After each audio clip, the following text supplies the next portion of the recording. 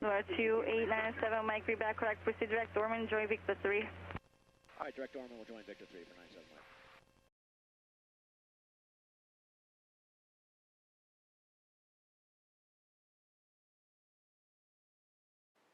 In the previous episode, we flew from Palatka Municipal Airport 28 Juliet up to Jacksonville International Airport, KJAX. In this companion video, we'll look at the 50 nautical mile return trip, VFR, back to Palatka with an emphasis on the Class C departure procedure out of Jacksonville.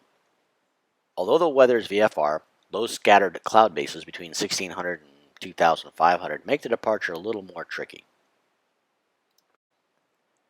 Of particular interest is the Navy JAX Class Delta airspace that is due south of Jacksonville International and extends from the surface to 2,600 MSL. Because we may be restricted in altitude by the clouds today, there is a good chance we will penetrate the Class Delta airspace after departure. We need to ensure that we comply with the Class Delta communication requirement, which will either necessitate a frequency change from the departure controller, or hopefully the departure controller can coordinate our transit as they did on the way up. Okay, the aircraft is pre-flighted and the after-start checklist has been completed. Just as with any towered airport, our first task in the departure process is to obtain the current ATIS information. At larger airports, it is not uncommon to have a rather lengthy ATIS that, in addition to basic weather, may also include other safety-related information such as taxiway closures, available landing distances, and obstructions. One particular item you need to listen for is the clearance delivery frequency. Typically, clearance delivery has a discrete frequency, but it may sometimes be combined with the ground control frequency. It is not uncommon for the same controller to work both clearance delivery and ground control positions. Also, pay attention to the runways in use so you can anticipate your taxi route in advance. Yep. Temperature 31, 2.25. Altimeter 299er. Remarks. AO2 sea level pressure 15553.014. ILS runway 8 approach in use. Landing and departing runway 8 and runway 14. Notices to airmen. Taxiway Mike 1 closed. Mike 1 is closed. And microburst information for runway 8. 26 and runway 14. 32 arrival departure not available. Caution, birds near airport. Advise on initial contact. You have information echo.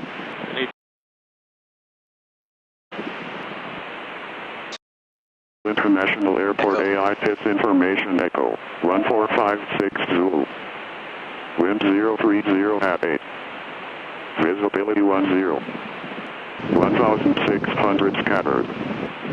Temperature 31, 2.25. Once we have received the ATIS and familiarized ourselves with the airport layout, the next step is to contact clearance delivery and obtain our departure instructions.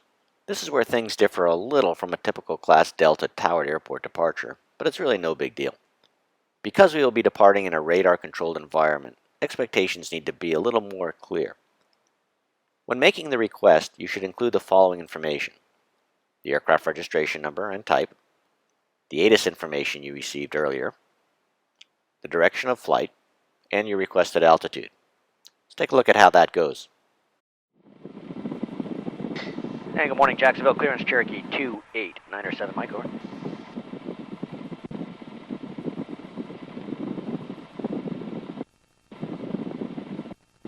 Cherokee, calling Sagan is a 289er in latitude. 907, Mike, Cherokee 2897, Mike, P28 Alpha, VFR southbound to Palatka 3500. What happens next is somewhat unusual, but not rare and something worth exploring. Normally, clearance delivery coordinates your departure and provides you with specific departure instructions, including a frequency to contact departure control after takeoff and a transponder code. At this point, with the clearance in hand, it is then customary for the pilot to contact ground for taxi instructions. However, when it is slow and the same controller is working both clearance delivery and ground control, the controller will provide the pilot with taxi instructions to save time, while the controller coordinates a departure and gets the clearance details. This is what happens to us, as you'll see. After our initial contact for our clearance, the controller asks if we are ready to taxi and for our position on the field. This is a clue that things may be different on this taxi. By answering yes, we can expect to start taxiing as directed with the expectation that the controller will get back to us with our clearance shortly. The pilot should understand that copying a clearance while taxiing at an unfamiliar airport can introduce risk and should take that into consideration when advising ready to taxi. In our case, we had 2 pilots on board, so I was completely comfortable with the situation. Copy, sir. And are you ready to taxi now? You're just looking to put it in. Ready to taxi? Alright, and you coming out of shelter? Yes, sir. Roger, you can taxi via runway 8, Hotel Alpha Lima, and I'll get your VFR flight plan for you. Okay, runway 8 via Hotel Alpha and Lima for 9 or 7 Mike, and we'll stand by for the departure. Okay. Guys, just flash your landing light so he knows you're ready, and he'll marshal you.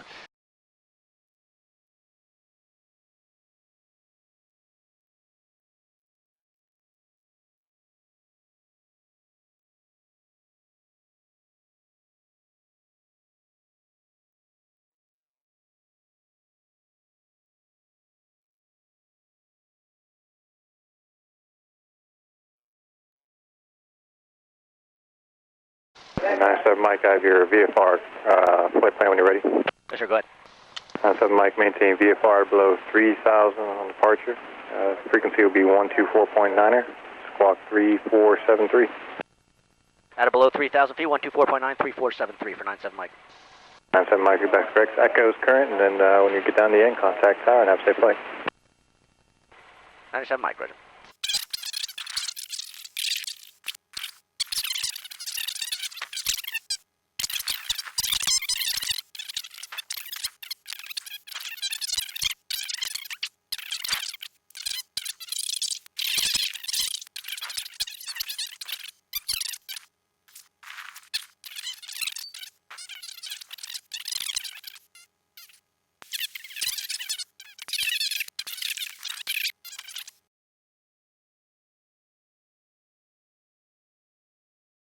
I'm set for tower departure. Squawk code is set 3473 and takeoff is at or below 3,000, so I'm going to check in with tower right now. Hey, good morning, tower. Cherokee 2897 Mike, holding short runway 8 at Lima. American 268, contact departure, good day. I got some big turbulence behind this guy that we got to consider as well. Cherokee 2897, Mike, turn right, heading 140. Runway 8, clear for takeoff. Caution, wake turbulence departure was an Airbus 319. All right, right to 140. Can we get an early turnout on that for 97 Mike? 97 Mike, affirmative. All right, clear to go runway 8, 97 Mike.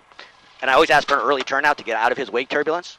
Okay, So go ahead. So we're good to go. We got our takeoff clearance, and then what we can expect is him to turn us over to departure on the way out, and then we're just back in the system again.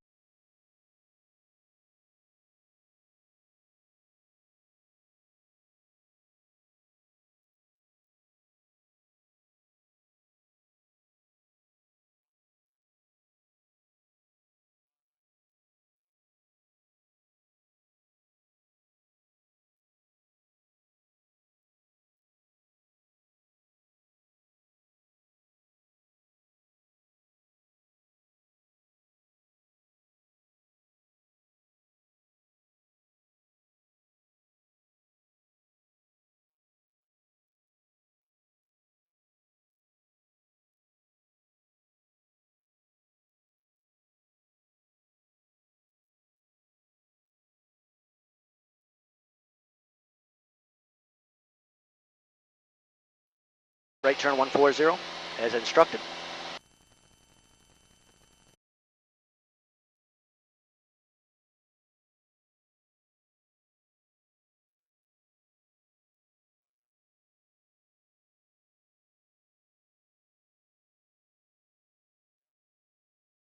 Okay, flaps retracted.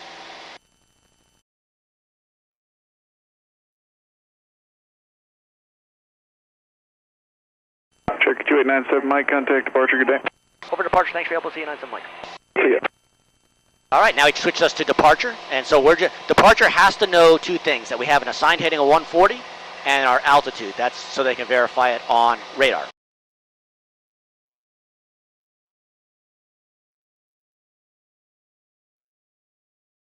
And good morning, Jax departure, Cherokee 2897 Mike, assigned 140 on the heading through 700. Over 2897 Mike, Jax departure, radar contact, maintain VFR, resume on navigation, stay out to climate 2. All right, we're going to try for 2,000, see if we can get there with the cloud bases for 9 or 7 Mike. All right, let's go to 2,000, and we'll resume our own navigation. Resume now, or just keep Yep. River 860 Charlie Papa, contact Daytona And we'll try to get 118.85. Now we're just doing as I say. So once he says resume own navigation, Affirmative, 4,000. I'll give you a direct Daytona, 2. Back to 28 Juliet, so I'm going to reset your direct 2. There you go. So pump off, 1,000 feet, pitch for plus 5 degrees, and we'll just pick up a heading of whatever that is, about 190. Okay.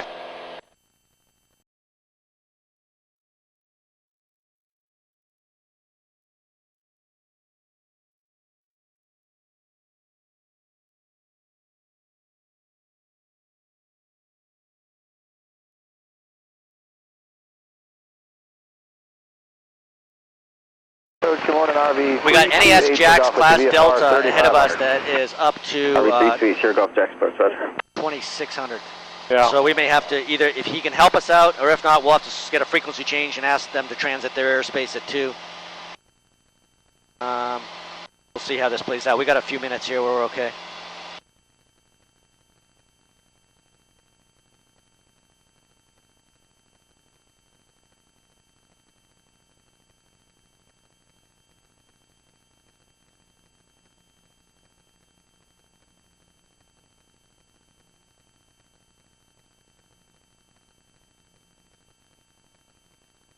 Their frequency, in case we need it, is 2515.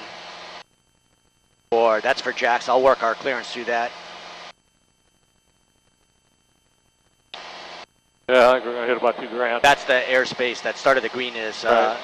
We got 19 Victor, turn right heading 220. all right, so we'll just stay here at 2. We're okay at 2. Yeah. We're not going to get much higher. Yeah, that's about the best we're going to be able to do. And JAX approach 9 or 7 Mike. We'd like to proceed southbound to Palaca along the river, but we're going to only be able to do 2,000 feet. Did you want us to coordinate with NAS JAX class Delta? Initial Mike, resume on navigation. I'll take care of the coordination. Great, thank you very much for 9 7 Mike. All right, so he's going to take care of the coordination, so we don't have to worry. Number 22 off the Yankee JAX approach. JAX altimeter 3000.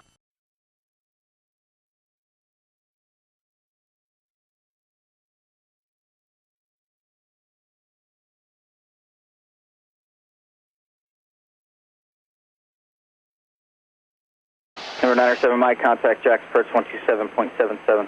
2777, thanks for your help. 9 7 Mike.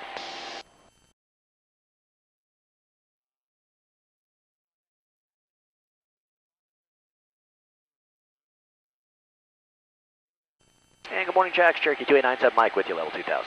Cherokee 28, 9 or 7 Mike, JAX approach, good morning.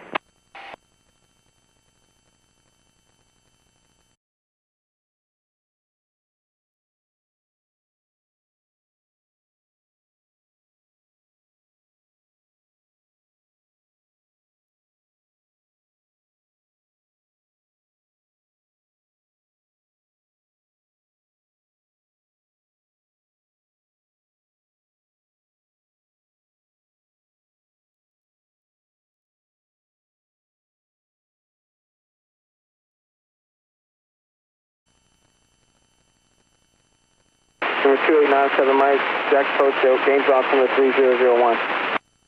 Roger, 9 or 7 Mike, we'll go ahead and terminate traffic services at this time.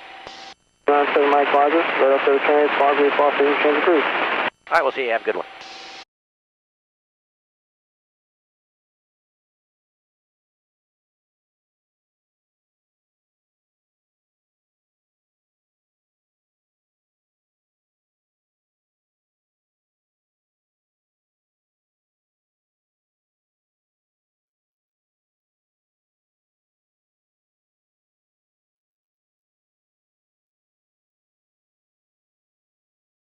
Yeah, as soon as you get a beam, power 1600, hold the nose up, and get inside the white arc for flaps.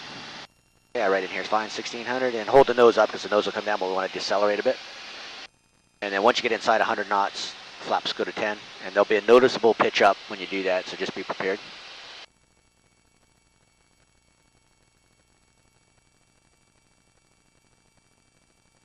All right, once you hit 80 knots, we'll pitch over and down at 80 knots.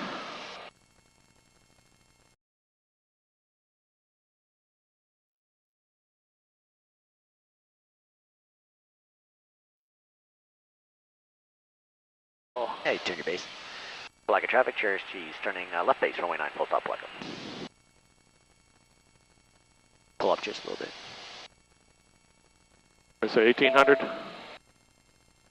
16, 17 is fine. Yeah, you're good. That's good. And then we'll go flaps 25.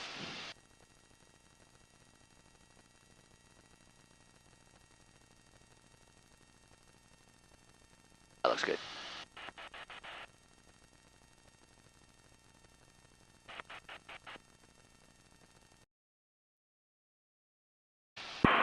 Palatka traffic flag is 758, approximately 10 nautical miles northeast of the airport, coming inbound for some touch and go. Palatka traffic.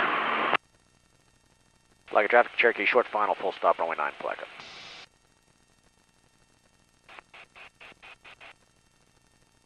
Nothing.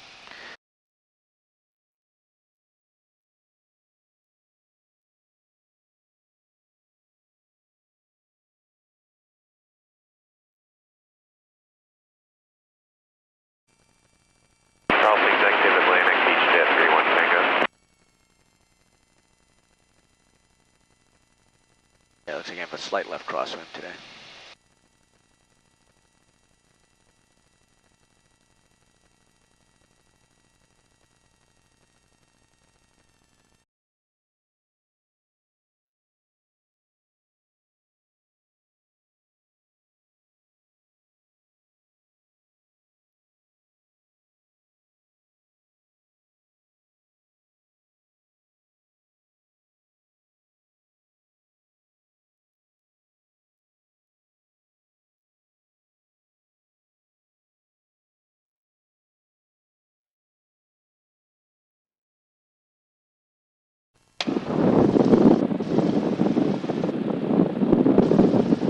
Well, you just go down to Charlie, that's fine. Yeah.